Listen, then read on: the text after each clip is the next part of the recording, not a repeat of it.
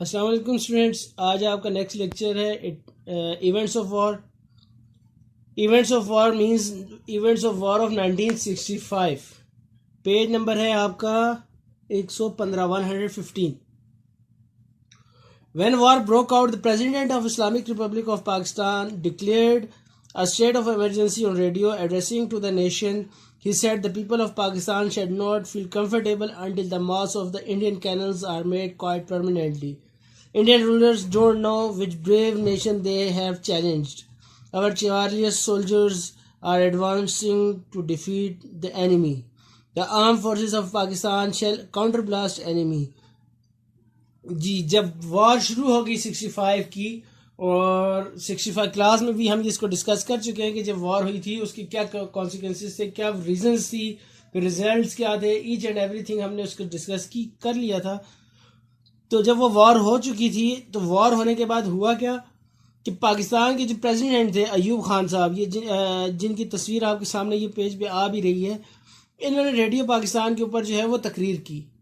और तकरीर करने के बाद उन्होंने ये कहा कि इंडिया ये नहीं जानता कि उसने किस कौम को ललकारा है। हमारे चिवालियस, यहाँ लिखा है ना चिवालियस सोल्जर्स, उसका मतलब है कि बहादुर, ये लिखा हुआ ये लफ्ज़, ठीक है। यहाँ ये जो आपको पेन नज़र आ रहा है मीन्स कि हमारे चाको चौबंद फौजी वो जो है उन्होंने हमला कर दिया आगे, और वो जो उन्होंने जो है वो उनको जवाब देंगे, और हम उस वक्त तक खामोश नहीं बैठेंगे जब तक इंडियन कैनन्स मीन्स इंडिया की तोपों को हमेशा के लिए खामोश नहीं करवा देते। तो इसके बाद इन्होंने क्या कहा, he encourage the nation and said advance manfully and attack the enemy fiercely, may Allah almighty support and protect you. Events of the war are narrated briefly in the following lines. उन्होंने कहा कि अल्लाह आपका हामी नासिर हो, आप आगे बढ़ें और जो है वो जंग शुरू करें। अब हम अगले सफ़े पे चलते हैं, page number 116।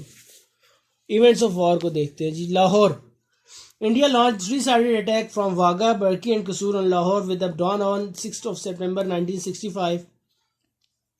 The daring soldiers, daring कहते हैं बहादुर, soldiers of Pakistan not only repelled the Indian advancement but also didn't let the enemy cross BRB Canal. On this very front, Major Aziz Bhatti continued resisting Indian advancement for several days.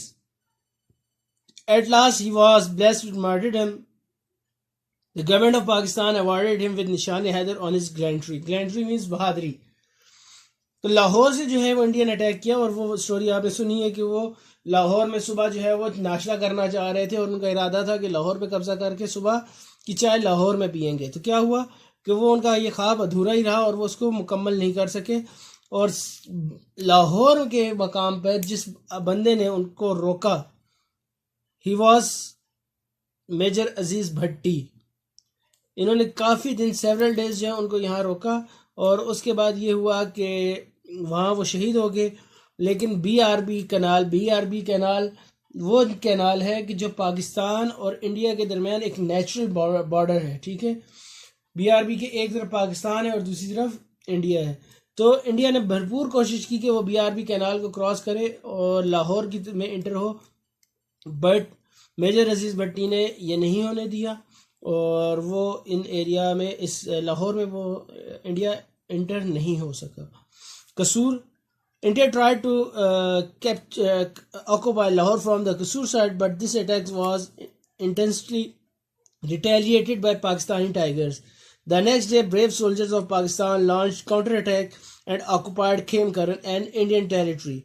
Afterwards, India opened a new front of Head Suleiman-ki, where it had to meet with humiliated defeat. Humiliated, इबरतनाक, शर्मिंदा, बहुत गंदी शिकस्त जो है वो उनको वहाँ मिली। India जो है लाहौर पे कब्जा करने के लिए कसूर की तरफ से आया और कहा कि कसूर पे कब्जा कर ले। तो वो कसूर पे क्या कब्जा करता, उल्टा जो है उसने खेमकरन का जो एरिया था पाकिस्तान आर्मी ने वो कैप्चर कर लिया, ऑक्युपाई कर लिया। तो उसके वजह अब क्योंकि अब उनके हाथ से खेमकरन भी चला गया, लाहौर पे वो कब्जा ही नहीं कर सके, और प्लस जो है वो कसूर पे आए हमला करने, उसको भी नहीं कर सके। तो क्या हुआ कि उन्होंने हेड सुलेमान की के मुकाम पर एक नया जंग जो है वो मार शुरू कर दिया। तो वहाँ से भी उनको जो है वो डिफीट ही हुई। Sialkot. After having been defeated at Lahore and Kasur sectors, India attacked Chavinda, an area in Sialkot, with the help of tanks and armored division. It was the biggest ground attack after the World War II. India intended to seize the key Grand Trunk Road near Sialkot and to disconnect Lahore from the other cities, but the brave Pakistani soldiers, facing an enemy many times bigger than their strength, performed such heroic deeds as astonish and stunned. Astonish and stunned किसको कहते हैं? हैरान कर देना. The defense experts of the world. Chavinda's sector turned into the graveyard of the Indian tanks. Sialkot ये भी हमारा India के साथ यहाँ से बॉर्डर लगता है, तो इंडिया का इरादा ये था कि लाहौर पे कब्जा करना है, तो सियालकोट साइड से आए और ये 500 प्लस टैंक्स जो है ये सियालकोट के बॉर्डर पे ले आए थे. और वर्ल्ड वॉर 2 के बाद ये सबसे बड़ी टैंक बैटल थी जो कि सियालकोट के बॉर्डर पे लड़ी गई. और हुआ यह था कि पाकिस्तानी सोल्जर्स ने जो उस वक्त, क्योंकि इतना तो हमारे पास जो है वो नहीं था कि हमसे बहुत बड़ा था इंडिया, तो उस वक्त के कुछ जो है वो वॉलंटियर्स भी थे, कुछ हमारे आर्मी के सोल्जर्स, उन्होंने जो है वो बॉम्ब्स जो है वो लेकर वो टैंक्स के नीचे लेट गए और इंडियन जो टैंक्स जहाँ खड़े थे वहीं इनको ग्रेव यार्ड उनका बना दिया और वो जो है वो सियालकोट पे हमला नहीं कर सका. इंडिया का इरादा यह था कि सियालकोट में कब्जा करके जो की ग्रांड ट्रंक रोड है, जीटी रोड जिसको आप कहते हैं, ठीक है शॉर्ट में, तो उसको ब्लॉक किया जाए और वहाँ से रावलपिंडी और कश्मीर तक का एरिया जो है उसको कब्जे में कर लिया जाए. तो आगे चलते हैं Rajasthan. After facing defeat in every sector, India nervously extend war up to Rajasthan and advanced into the occupy Hyderabad, but Pakistan army with the collaboration with Hur Mujahideen unnerved the enemy and occupied many of the Indian posts one after another. तो सिंध के बाद, पंजाब के बाद सिंध में लड़ाई शुरू की गई और सिंध में भी जो है वो राजस्थान के मकाम पे हुर मुजाहिदीन जो अब आपके पीर पगाड़ा वाले जो लोग हैं, जो मुस्लिम लीग फंक्शनल जो आपकी पॉलिटिकल पार्टी है, तो इन लोगों ने मिलकर जो है वो हैदराबाद वाला जो एरिया उसको डिफेंड किया. आगे air war. Indian pilots were outclass by falcons like Pakistani pilots in the initial days of the war, but the eagle like Pakistani pilots attained superiority over Indian pilots in the war.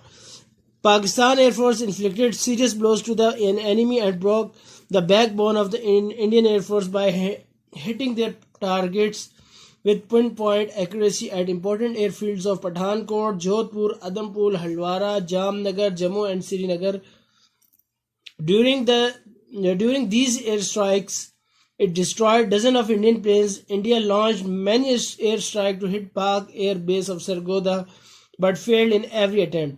Squadron Lieutenant Muhammad Mahmood Alam (MM Alam) set a new world record by shooting down 5 Indian planes at Lahore in just one battle. और ये one battle से भी मुराद क्या है? With in 30 seconds जो है ये record बना था कि मोहम्मद महमूद आलम MM आलम जिनको हम कहते हैं कि इन एयर वॉर. अच्छा, पीछे हम जो डिस्कस करके आए, शुरू से स्टार्ट करें तो वो ये है कि फील्ड में जो है वो डिफीट होगी, बैटल फील्ड में इंडिया को. अब एयर फील्ड में जब एयर वॉर हुई तो पाकिस्तान एयरफोर्स ने वहाँ भी जो है इंडिया को बहुत बुरी तरह से डिफीट किया और इंडिया जो है वहाँ से भी वो हारा. और इंडिया ने भरपूर कोशिश की कि पाकिस्तान के जो सबसे बड़ी एयर बेस है सरगोदा एयर बेस, उसको जो है वो तबाह किया जाए, लेकिन वो हर बार अपने उस हमले में नाकाम हुआ. जबकि पाकिस्तान ने इंडिया की जो बेसिस हैं लाइक एयर जो उनकी पठानकोट, जोधपुर, आदमपुर, ये सारे सिटीज़ है जहाँ उनकी बेसिस है इंडिया की, हल्द्वारा, जामनगर, जम्मू एंड श्रीनगर, ये सारी बेसिस जो है पाकिस्तान ने इंडिया की उन पर अटैक किया और उन बेसिस को तबाह कर दिया. तो 65 वॉर के अंदर पाकिस्तान एयर फोर्स जो है वो कंप्लीटली डोमिनेट रही इंडियन एयर फोर्स पर. और ये सिर्फ ये हमारी हिस्ट्री की सिर्फ ये कह लेंगे ये हमारे यहाँ लिखा हुआ है, ऐसा नहीं है, बल्कि ये आपके जो उस वक्त के जो न्यूज़पेपर्स हैं, जो वेस्टर्न यूरोप से न्यूज़पेपर्स इशू होते थे, उन सब में ये मेंशन है कि पाकिस्तान एयर फोर्स और पाकिस्तान आर्मी ने इंडिया को बहुत बुरी डिफीट दी थी. नेवल वॉर देखें. Pakistan navy remained fully alert during this war. Our navy destroyed famous Indian naval base Dawarka on the coast of Kathiawar and did a heroic achievement when India launched a sudden attack on a unit of Pakistan Navy. An Indian ship was sunk by Pakistan Navy in this fight while other ships retreated. तो हुआ ये कि naval war हुई. Naval war अब ज़मीन पे भी हो गई इंडिया को डिफीट, हवा फिज़ा में भी जो है उनको डिफीट होगी, एयर वॉर भी हार गई. अब नेवल वॉर जो है उसमें भी इंडिया को डिफीट हुई और पाकिस्तान ने जो है उनकी काठियावाड़ जगह है, काठियावाड़ के मकाम पर जो उनकी नेवल बेस थी द्वारका, उसको भी डिस्ट्रॉय कर दिया. तो हर फील्ड में, वो पानी हो, समंदर में हो, वो फ़ज़ाई जंग हो, वो ज़मीनी जंग हो, तीनों फील्ड्स में हमारी तीनों हमारी जो अब कहने के जो आर्मी थी, एयरफोर्स थी, नेवी थी, उन्होंने जो है वो इंडिया को बहुत बुरी तरह से डिफीट किया. और ये पाकिस्तान की फतह इस तरह थी कि इंडिया ने अटैक किया था. अगर इंडिया खुदा न खास्ता यहाँ कब्ज़ा कर लेता तो इंडिया की फतह होती है. तो हम डिफेंड कर रहे थे, तो हमने अपना डिफेंस कर लिया. इट मीन्स कि 1965 वॉर पाकिस्तान जीता था. इंडिया आज भी इस बात को एक्सेप्ट नहीं करता. उनके मुताबिक यही है कि 65 वॉर तो वो जीते हैं. तो हकीकत ये है कि वॉर उन्होंने स्टार्ट की थी, वो जिस मकसद की लाए थे उसमें कामयाब नहीं हो सके, तो मीन्स हम जीत चुके. तो अकल में तो बात यही आती है. और कोई ना माने तो वो अलग बात है. मैं नहीं मानता, जो नहीं मानता तो उसका तो हल कुछ नहीं होता ना. अच्छा जी, आगे सीज फायर जंग बंदी. With the efforts of the United Nations, a ceasefire took place on the dawn of September 23rd, 1965.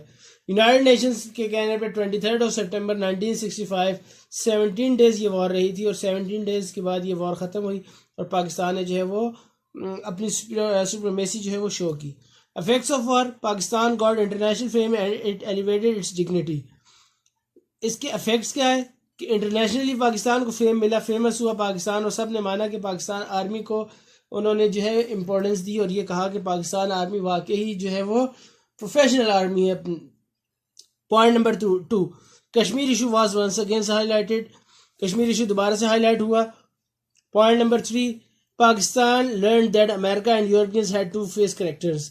और ये पाकिस्तान को पता चल गया कि अमेरिकन और यूरोप जो है यूरोपियन कंट्रीज, उनके 2 फेसेस हैं. उन्होंने पाकिस्तान की कोई हेल्प नहीं की थी और पाकिस्तान को उसके बावजूद आज तक हम जो है वो उनकी तरफ है कि आज दोबारा हमारी मदद करेंगे. जिन्होंने 65 में हमारी मदद नहीं की, उन्होंने आगे भी हमारी मदद नहीं करनी. The way China stood by Pakistan in this critical time held Pakistan differentiating between friends and foe. दोस्त और दुश्मन, और बदतरीन दुश्मन का और अच्छे दुश्मन का फ़र्क पता चल गया पाकिस्तान को कि पाकिस्तान के साथ चाइना जिस तरह से खड़ा हुआ कि उसने मदद की 65 वॉर में. ठीक है. The brethren Islamic countries supported Pakistan in this war which made Pakistan is proud. तो इस्लामिक कंट्रीज जो हैं उन्होंने भी पाकिस्तान को सपोर्ट किया.